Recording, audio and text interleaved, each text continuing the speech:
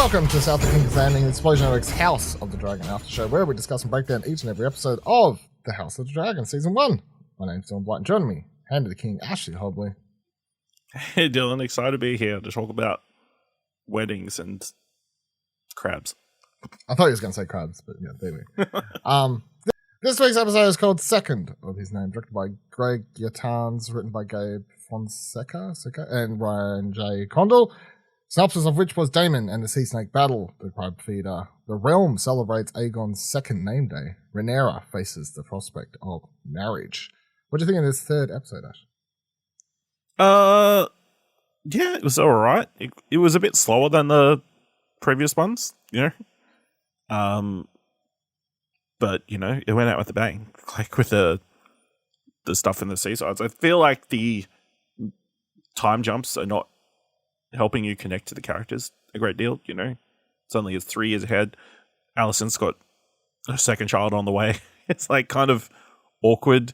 You know, it feels like there's so much time in between that's missing that you kind of wish you could have seen. So, yeah, it was very much a talky episode where they're like, the whole thing is, Rhaenyra, you need a husband. You know? You need to get married. But, you know, there were some nice moments throughout the episode. But, yeah, I feel like it was it wasn't as good as the previous two. I think it's my favourite episode of the season so far. Yeah.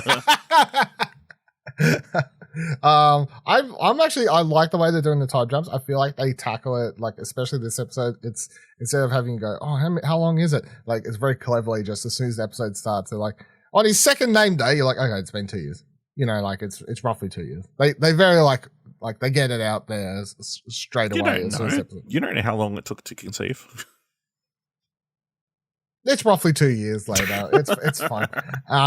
So I like how they like get that out there straight away. You get the information out there and stuff. And overall, I feel like this episode just really does a great job of explaining or like giving a lot of personality. You're saying like we're not getting to know the characters, but I feel like this episode does a great job of like giving a lot of personality to. I don't think we're not getting to know the characters. It's just I feel like there's stuff missing. Well, it's like, what do you really want to spend 2 more seasons getting to see the 2 years in between, or like get where we're going? Yeah, like no, fuck no. Like just a bunch of Rhaenyra brooding around and like this episode. No, we're good. I like the way they're doing the time. It's fine to me. I feel like my favorites. The thing with this episode is, and I feel like we're getting close to King Viserys just dropping dead sometime soon, but I feel like my favorite thing this episode does, and it's been evident every episode, and the thing is, him as a king, like, he's just impossible at, like, because the whole, like, he came in at this time of peace, he's incapable of making hard decisions and, like, having any sort of, like, actually taking his hand and saying, like, this is the way, I'm the fucking king, do whatever I say. Like, everything he does is about 2 to 3 years later than it should be. And then the one big choice he's made the entire time we saw him was obviously to make Rhaenyra the heir to this, whatever they call it, heir to the throne. That's like the biggest thing out there. And even with him at the end saying, I swear on your mother's memory, I will never go back on that. Even I'm a bit like, like it's just like he's such a little bitch of a king, I tell you. Like it's like he really is. Like this whole episode is just everyone just like complain, like trying to tell him what to do. He can't fucking say shit. He won't do like he is such a he's just like, I mean, he's a classic politician, you know. He's more concerned with being liked. Yes, 100%. Actually doing his job, which is funny to watch because approval ratings are not. Yeah, we're so used to Targaryens. The complete opposite of that, but here is a Targaryen who is 100% more interested in trying to make everyone like him and he kind of knows that because like he has that scene with Alicent where he's like saying like, I'm afraid that if I do something to help someone else, it'll piss someone else off, and it's like, well, yeah, that's how it works. That's how it works. Like being in a position of power, like being the fucking leader of a small business to a fucking entire like realm is like, you're gonna piss people off, but that's why it's supposed, like, the job's supposed to be done by someone who can make these decisions. Meanwhile, you've got Daemon over here, like, who I don't think says a fucking line this entire episode. I don't think he has any dialogue this episode. Yeah, I don't, which is, this is what I'm saying. I really like this because he doesn't need dialogue. He literally, you know what he's thinking, like, because you've had 2 episodes prior to understand how his mind works. And his mind is he wants to win this fucking war on his own back. Like he wants to do it. He doesn't need the king. He wants to prove to everyone like he's the big man. And then up comes this ladder, and it's like, oh, the brother's sending help, and then he beats the absolute living shit out of that dude. And you know why?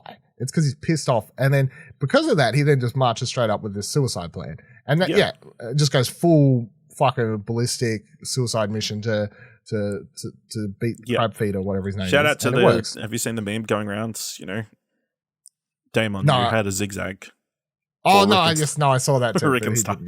Rickon Stark did not, which is true. All he literally needed to do is move left or right once or twice, and he would have been totally fine.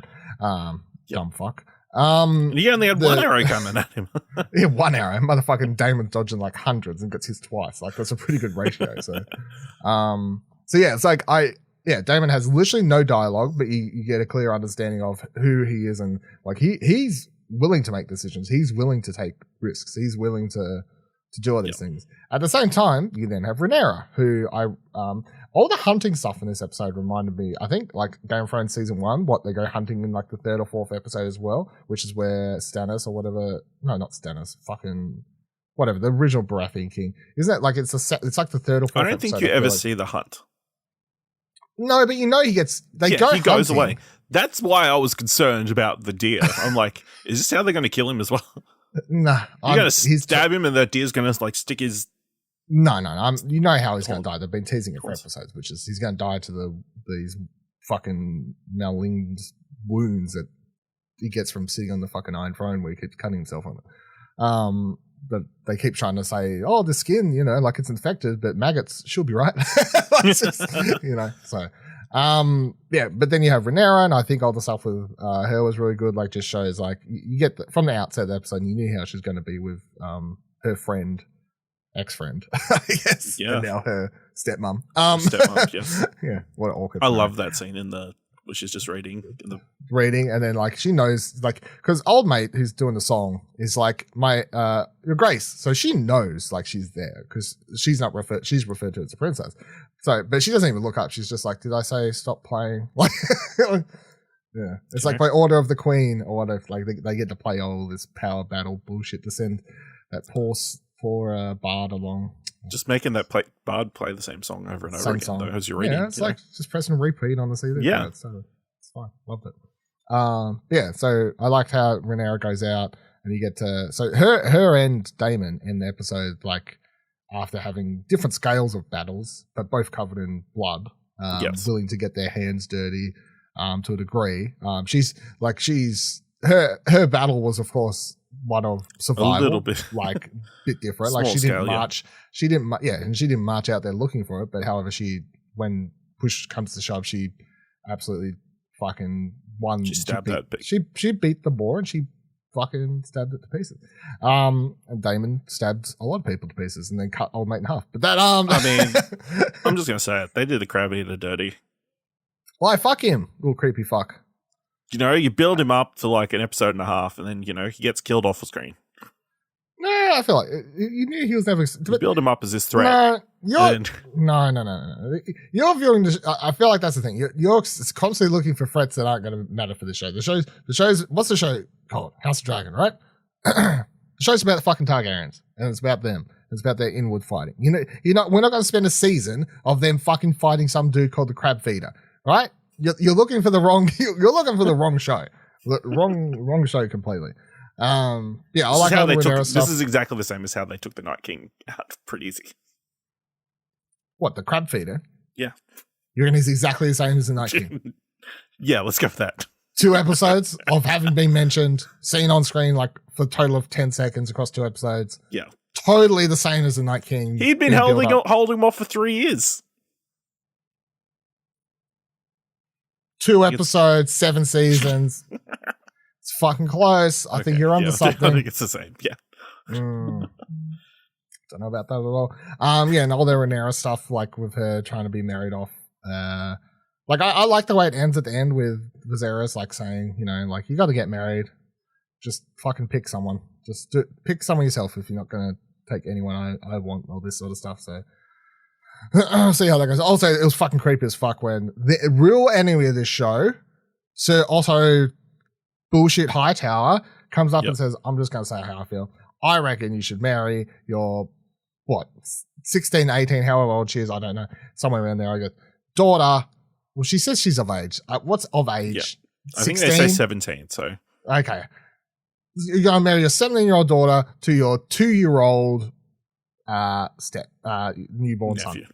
Oh, nephew. Yeah. Well, his son, so. I mean, that was I thought he was going to suggest himself. So, I mean. No, I mean, yeah. To which Viserys literally, like, doesn't say no. He just goes, what? He's just turned 2. It's not the problem that... It's not the incest thing. Let's wait. Let's wait. Well, the incest thing is no problem with the fucking Targaryens. We know that's a long. We know that the Targaryens married themselves. That's part of their family history. So, but 2, come on, it's fucking bit young, isn't it? Yes, I liked all that. I like seeing also shout outs to, what was the other thing I was going to say before I forgot it? I don't know the character's name, but the son of the Storm King or whatever his name is, like going off with his dad. I was like, yeah, fuck you. Go off. You know the older dude? You know the one who was on the council? Tried to marry his daughter off, who, last episode? That one? Yeah. But then his son was there, the like younger one or whatever, part of the tower. Yeah, like that. Appreciate that. Yeah. Yeah. Anything else you put on while I've been going off over? No. A lot of people have been pointing out Australian actor Ryan Corr, his character. Yes, Ryan Corr is in the show. His facial expressions when looking at Rhaenyra. It's been a major meme going around the internet. Is it? Why? Because it's weird. It's a weird look. Is it? Maybe I should he plays the son of Lionel Strong, so he's the good council member who like suggests that he marries Rhaenyra off to the son of the sea serpent. I can't even see him if I Google it. Not even up here. Rip.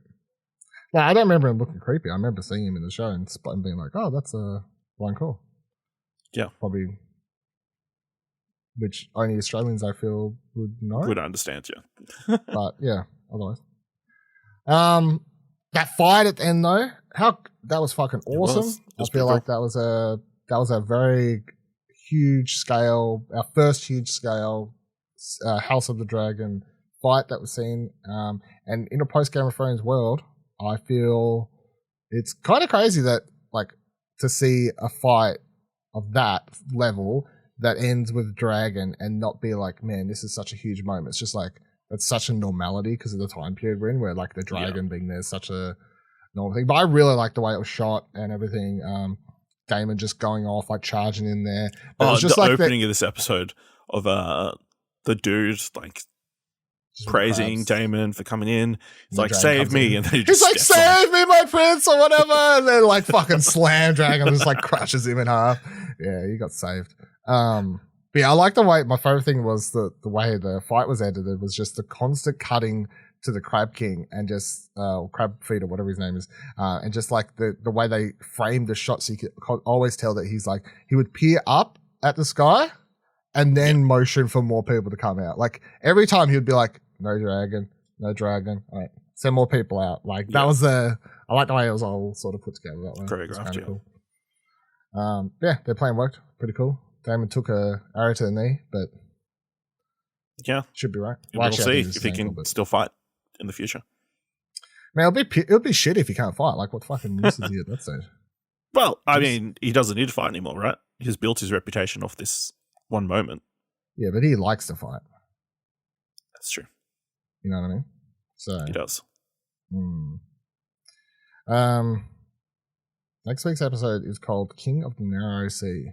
So we're going to try and... I think that's what they're calling Daemon. Really? Yeah. Because he won the war there. You know what I mean? So they're going to call him the King of the Narrow Sea? Yeah. Yeah, fair enough. I mean, the people. Nobody with actual power. Yeah. No. And next week's episode should be, follow rumors are to be believed, the last episode with young characters. Emily, Carey, and Millie Alcock. Yeah. That'll be sad time. Rest in peace. Those actors. Rip to these young versions. Rip to these young versions. Hopefully we'll see them again. Maybe not. Maybe we'll, like I said, they could always do a flashback. They've jumped enough time periods, so. No, it's only Ford. It's Ford and Ford only. Don't you want to get to Olivia Cook?